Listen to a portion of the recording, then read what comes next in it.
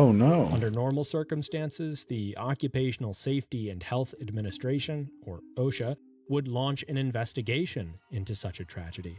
Were proper precautions observed, and was Liu even qualified for this work? But Liu had been a volunteer worker, a Falun Gong practitioner from Toronto, and OSHA can only investigate employee deaths and injuries. Moreover, Liu's own family, thanks to Falun Gong's beliefs about spinning wheels and modern medicine, refused an autopsy.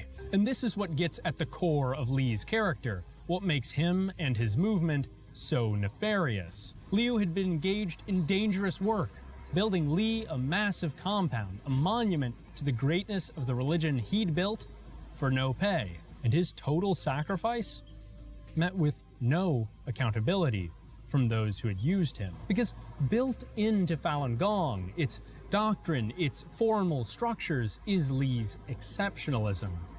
His superiority to everyone else, Falun Gong practitioner or otherwise. Yeah, because he thinks he's godly. In Li's own condescending words, quote, "You can think of me as a human being." Consider the Tiananmen Square incident, when 5 people set themselves on fire in an act of terrible. And then he was like, "Nope, that's not how my people are." Safe from any retribution. Yeah. Any repression. Disavowing it. And when he was called upon to respond, he didn't honor the fallen believers. He didn't even acknowledge their pain. Instead, Li just disowned them. They had set out to prove their devotion. Yet all they achieved was to intensify the crackdown and, perhaps worse, expose their divine leader as uncaring and oblivious to their suffering. This story isn't meant to excuse the atrocities the CCP still regularly commits against religious minorities. In fact, the sins of the party were the subject of our previous video on the origins of Falun Gong. Instead, there's an origins video. Similarities between these mortal enemies. Yeah, they're very similar. CCP. Each victim. Cooter's still like, well, hold on. What about the aliens? I need to find out that. Wait, what do the aliens have to do with this? I'm confused. People. What does the CCP and aliens have in common? Huh? How are they the common enemy? Deserve neither to be sent to re-education camps, nor to be educated by a master who persuades them to die of preventable illness. Moreover, each abuses the same people for the same reasons, in a quest for control. Just as the party demands devotion to Marxism and social conformity, so too Li demands of his followers extraordinary devotion to him. It is this totalizing approach to religion, which insists that only the teachings of Li Hongzhi, not modern science, not human equality, not even a democratically legitimate government like America's, has any authority at all, that leads people to devote their labor and their lives to Li, to light themselves on fire in Tiananmen Square, to die building the great master an enormous monument. Before you go anywhere, you may have noticed that some of the images in this video were censored or redacted. That's because lately YouTube has been pretty erratic in the enforcement of its community guidelines. In fact, it just struck our most recent video before this one, which was the first in a 2-part series. This is the second, with age restrictions, basically killing its performance in the algorithm straight out. Let's watch the other one. On April 25th, 1999, around 5 a.m., a considerable crowd began clustering around Beihai Park in central Beijing. No one carried a banner or megaphone. Okay, sleep tight. We'll talk to you. If you're curious, I'll fill you.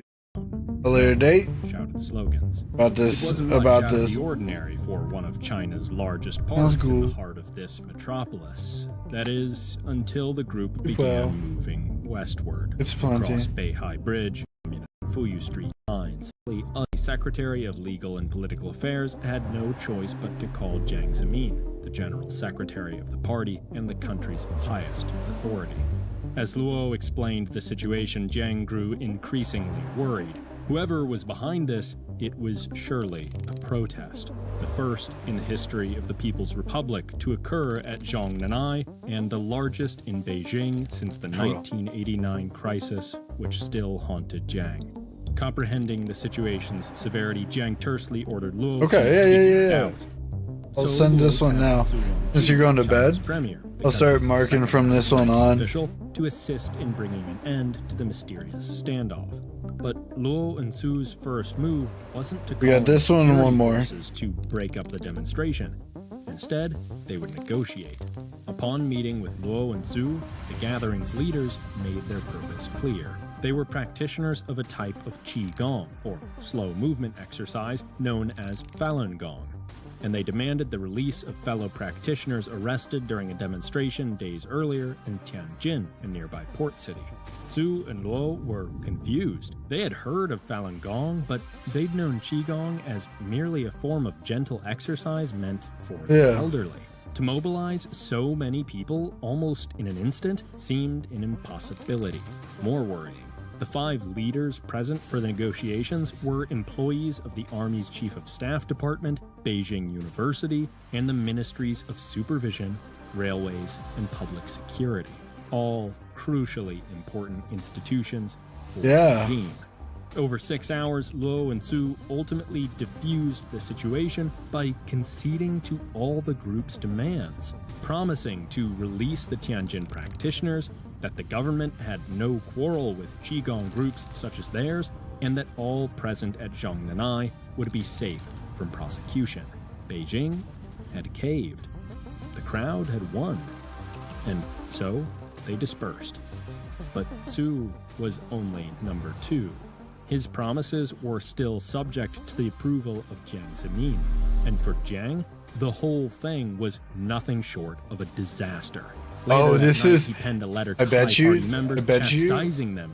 This is explaining why he got kicked out of China. For their lack of awareness and demanding answers. What was this group? How did they mobilize such numbers? And who was in charge? Almost nothing is known about what happened behind the party curtain between that day and June 7th, when Jiang convened a meeting of the Politburo Standing Committee and gave a speech which left no room for ambiguity. Quote, "The Central Committee team on Falun Gong shall take immediate actions to organize resources, track down the Falun Gong organizational structure throughout China, formulate a crackdown strategy, and be fully mobilized to break and wipe out." This can't be. They're not tied together. There's not an overlap. I keep telling myself there's not. Preparations. His philosophy, since the day he took power in the 1989 crisis, had always been very simple. We do not negotiate with protesters. Around midnight, the morning of July 20th, 88 days after the unprecedented and mysterious gathering, the government finally issued its real response. Security forces across the country were dispatched to arrest Falun Gong leading members. Protests erupted in response. Within 2 days, the government formally announced the ban on the practice of Falun Gong. The war between Falun Gong and Beijing, still raging to this day, had begun.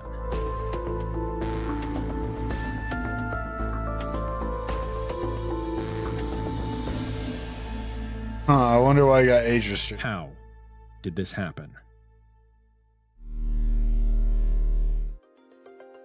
Our story starts some years before the founding of this bizarre cult in the 1980s. For China, a time of enormous change. The father of the revolution, Mao Zedong, is dead. In his place is Deng Xiaoping, a man with little taste for his predecessor's central planning, repression, and cult of personality, which left millions of Chinese bodies in his wake. Deng wanted China to open up, to cultivate innovation, and that meant relaxing the government's iron grip on the economy and society. The social change was massive. Free from total fealty to Marxism and atheism, many found themselves adrift, unmoored from any tradition thanks to years of government repression. Okay, so this is what spiritual fulfillment. Communist In turn, China? new religious movements proliferated, each with their own blend of modern sensibilities and attachment to the past. Nothing, however, rivaled the explosive popularity of Qigong, a slow movement exercise that connected the health of the body with the health of the spirit. To Deng's eyes, Qigong was, in a sense, an effort to modernize Chinese spirituality in a distinctively Chinese way. However, it wasn't just Chinese spirituality. I'm sorry, this shot is... He like is so far back so that he can walk talking. That was changing. Deng's social opening also meant a relaxation of political censorship. And that allowed people to speak about politics in ways that would have, just a few years earlier, resulted in arrest, disappearance, or murder by state forces. However, loosening censorship without any real democratic reform meant that China's starry-eyed youth now had a taste for freedom, while the government withheld the good stuff. Then, in the spring of 1989, it happened. That event which still haunted Jiang.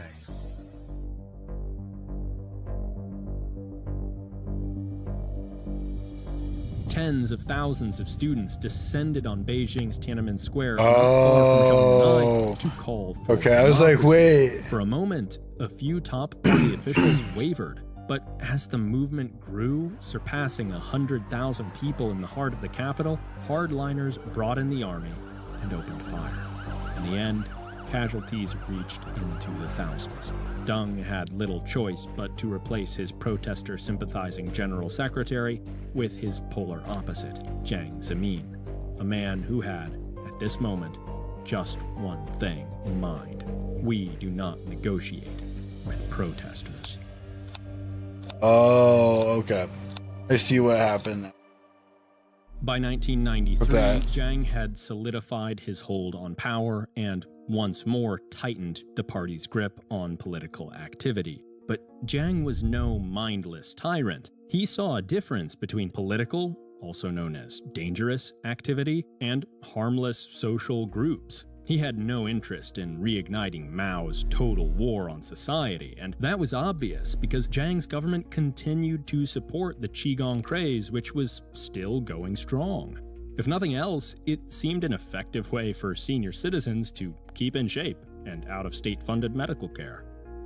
See, okay, Tiananmen Square is if I remember correctly, I could be wrong. There might be somebody in chat that a bit more, but Tiananmen Square was an event that happened where a bunch of protesters, it was basically an event where protesters were like attacked to the point where we saw a little clip of it, of like the tank rolling up to a woman standing there. And like they talked about earlier, like some of the casualties and stuff raised into the thousands. I'd have to do some more research into it, but yeah, it was a pretty impactful thing because it was at least people protesting Chinese regime was going on. Unknown okay, a person. Yeah, you're right. I apologize. That's on me. I assumed it was a woman, but yeah, a person.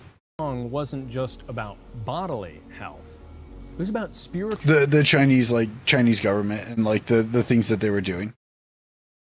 Because the people of China were not like, or at least sections of the people of China were not happy with the way that China was being ran at that time. Because I believe I don't know when the CCP took over, but was like the major power center of something the government very much still intended. But you can tell like that Tiananmen Square showed that like China was not willing to they were willing, they're not willing to work with protesters, and that they were willing to like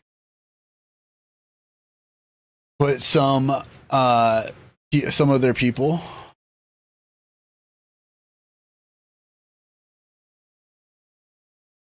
Yeah. So it's just a demonstration of China's government standing by or like pushing really hard against protesters. Because with the blossoming of new at least that's what he's saying in this video. I don't know a whole lot about Tiananmen Square other than it being impactful to China's history. Voltaire, come both fools and scoundrels. Is it like he said it shifted towards the we don't cooperate with protesters. An enormous impact in China. His name is Li Hongzhi. Here's where our storylines line up with what he's pushing. Written after his rise to prominence, his early life was about the craziest thing you've ever heard. Mentored by masters of Eastern spirituality, by age 8, he could levitate and turn invisible. You know, the usual. The more plausible story? He was a horn player in a police marching band and a low-level, pencil-pushing clerk. So, mediocre man that he was, in the 1980s, Li joined the fad. Another drop in the Qigong bucket. But, as it turned out, he was pretty good at it. This could be Li's time to shine. In 1992, he held his own Qigong workshop, and it was a big success.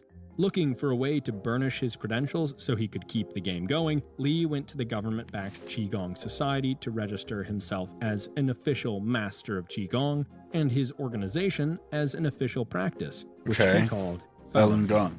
But it's important to pause here and note that Li was registered with the government to do all this stuff. What's more, the government actually seemed to love him. He held workshops at state universities and even became a symbol of China's opening up to the world, lecturing at the Chinese embassy in Paris and even touring America, where he was made an honorary citizen of Houston, Texas, among other places. With all his official credentials and government relations, that's dangerous. Li and Falun Gong were getting even more popular. From 1992 to 94, he hosted 56 workshops with at least 60,000 total attendees. At its peak, Falun Gong had at least 3 million practitioners in China, though Li himself would claim much higher, absurdly higher numbers. Speaking of Li's more outlandish claims, around the end of 1994, Li went and published a guide to his teachings, which read a lot like I am a firm believer, and we kind of see it in a couple of cases, and especially this one. Like, we can see that he is given a lot of power because of his respected position with this exercise and things. Religious text, and a pretty strange one to boot. Mixing Buddhism, Taoism, and Qigong. No problem. But add Li's ideas and... When I said no problem, what I meant was no problem. Ignore me. Because what you get is a bizarre theology which promises superpowers like eternal youth, flight, invisibility, and mind control to his followers, just so long as they aren't gay or married to someone of another race.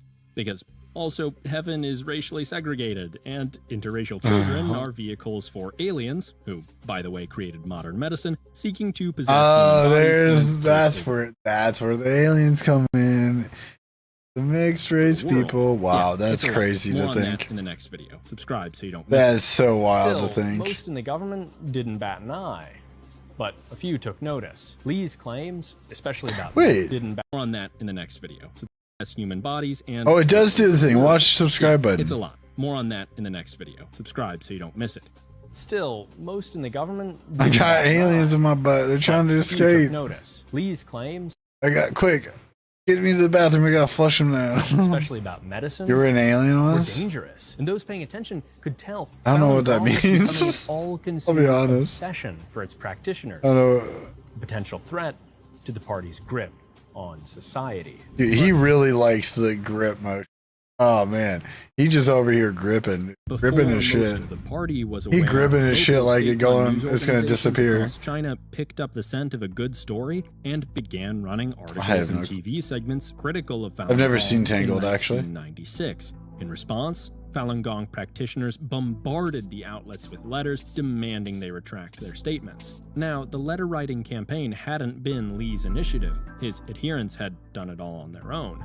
But Lee liked what he saw. He co-opted their efforts, transforming Falun Gong's theology to follow suit. From now on, responding to criticism from the government would be considered a necessary part of achieving spiritual perfection. Still, despite eventually losing their official status in the Qigong Society and all this attention from government outlets, no clear, coordinated opposition from the government reared its head. And the group muddied along in a legal gray area, theoretically exposed, but apparently untargeted. But this couldn't go on forever. Despite Lee's apolitical professions, his theology, implicitly critical of the government's Marxism and skeptical of modern science, could be tolerated no longer. So, in April of 1999, this tenuous standoff broke. A Chinese physicist named He Shuoshu published a scathing attack on the practice of Qigong. In response, Falun Gong practitioners descended on Tianjin University, where He worked, for a massive protest. The police countered harshly, attacking protesters and arresting 45 of them. For those fiercely faithful to Falun Gong, this was a crisis. They had to do something big. Another small, localized protest would be insufficient, either to secure the arrested practitioner's release or to correct the record on Qigong. They had to go to Beijing. So, on April 25th, 1999, around 5 a.m., a considerable crowd began clustering around Beihai Park in central Beijing. Then, they marched on Zhongnanai. So, how did a huckster with a shabby background convince the CCP that he and his organization posed the greatest threat to the party since the Tiananmen protests of 1989? Well, in some ways, that's the wrong question. You see, it was the party's repression that so upset society and paved the way for scoundrels like Lee. The party's paranoid need for social control that radicalized the group into political action. Falun Gong, its world. You just be gripping his shit over here. Unhinged from the start, but it only really became a political force, one that demanded extraordinary devotion of its members, thanks to political repression. In other words, it was the party's own fear that brought some 20,000 Falun Gong practitioners to Zhongnanai on April 25th, 1999, and transformed a slow movement exercise group into a fierce enemy. A fierce enemy who wouldn't be quashed so easily. Protest and opposition from Falun Gong was far from over.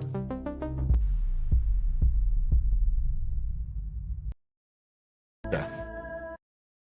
Okay, here's the last one for Falun Gong. Send it to you, Cooter.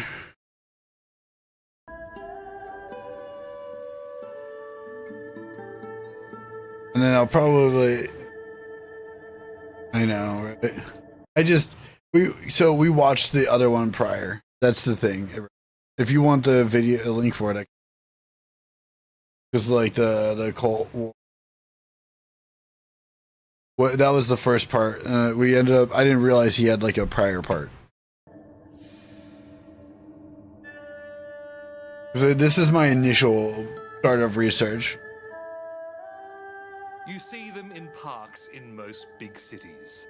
People exercising and meditating to the teachings of Falun Gong. Practitioners say it heals body and mind. Well, you've probably heard of Falun Gong as a persecuted spiritual movement. We've been down the really rabbit hole is. tonight. The Chinese Communist Party has done terrible things to it. But you probably haven't heard that Falun Gong has also become one of the most determined backers of Donald Trump. In recent years, it's morphed from being a fringe quasi-religion to being a big player in America's conservative media establishment. So what is going on at Falun Gong? In this joint investigation with ABC Radio's Background Briefing, we're taking you around the world to find out. Oh, we just want to ask you if Master Lee is here. In New York State, we'll visit the base of its reclusive leader, Master Lee, a former government clerk who believes aliens walk the earth. They see him as a god, you know. They see dude, the aliens still. Man. We'll hear from a former follower who blames him for ruining her life. It tore my family apart. In Sydney, we'll meet a woman who believes Falun Gong's aversion to modern medicine caused her mother's death. Oh yeah, we were just get them in long enough. They're gone. I didn't realize. Yep. We heard about this briefly and we'll in the last video. How media outlets set up by Falun Gong practitioners have spent millions to bolster Donald Trump. Over the last 2.5 years, we've been reporting on the Trump administration honestly and without any false narratives. Yeah, that's like a. I think I said this earlier. The whole right-wing like media outlet section, I did not expect of all of this. I was literally just looking at the Shin Yun like dance stuff because it was weird, and then it turns into this whole like right-wing thing in American politics. 2 hours drive from New York City, ringed by the forests of the Shongum Mountains, is the headquarters of Falun Gong. You have to go a little bit off-road up this gravelly path that's very steep, and then you get to this beautiful lake area with hills around and these Tang Dynasty temples. One former follower who wants to be known only as Anna started. I didn't either. As a child after this is insane. The movement. Like, it wasn't like this is something that's been going on for like almost as long as we've been alive, Cooter. That's the crazy part. This has been going on since like the 90s. Being in a place of spiritual bliss for me. It was more like being in a place of judgment, because part of the practice is master. It's like a 400-acre property. Everyone's mind at all times. I grew up with this notion that my thoughts were always being monitored. With a Chinese mother and a European father, she soon learned she was different from the other children. Yeah, she had the alien in her. Falun Gong claims that race mixing in humans is part of an alien plot to drive humanity further from the gods. My mother read that part of the texts to me when I was about 11, which was a lot to take in, to hear that coming from not only the religion or practice that you're your mother, but from your own mother. That's got to be a wild experience. It was very damaging. My God, that's got to be crazy. Falun Dafa started in China in 1992. It was based on traditional meditation and breathing exercises called Qigong. But its founder, Li Hongzhi, added a supernatural layer. It would prepare people to return home to heavenly kingdoms where they had once dwelled. It would even teach practitioners to levitate. By the end of the 1990s, he had tens of how are they levitating if they don't got the alien? Millions of followers in China. The communist leadership saw that as a threat to its own grip on power and banned the movement.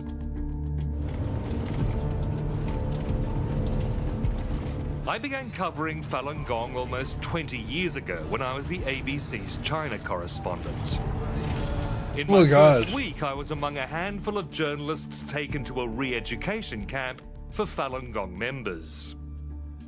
Tens of thousands of practitioners had been locked up indefinitely to force them to renounce the movement. 当他们摆脱了李洪志的精神控制之后，精神面貌焕然一新，以积极的态度来对待生活，对政府的挽救充满。The Chinese Communist Party had branded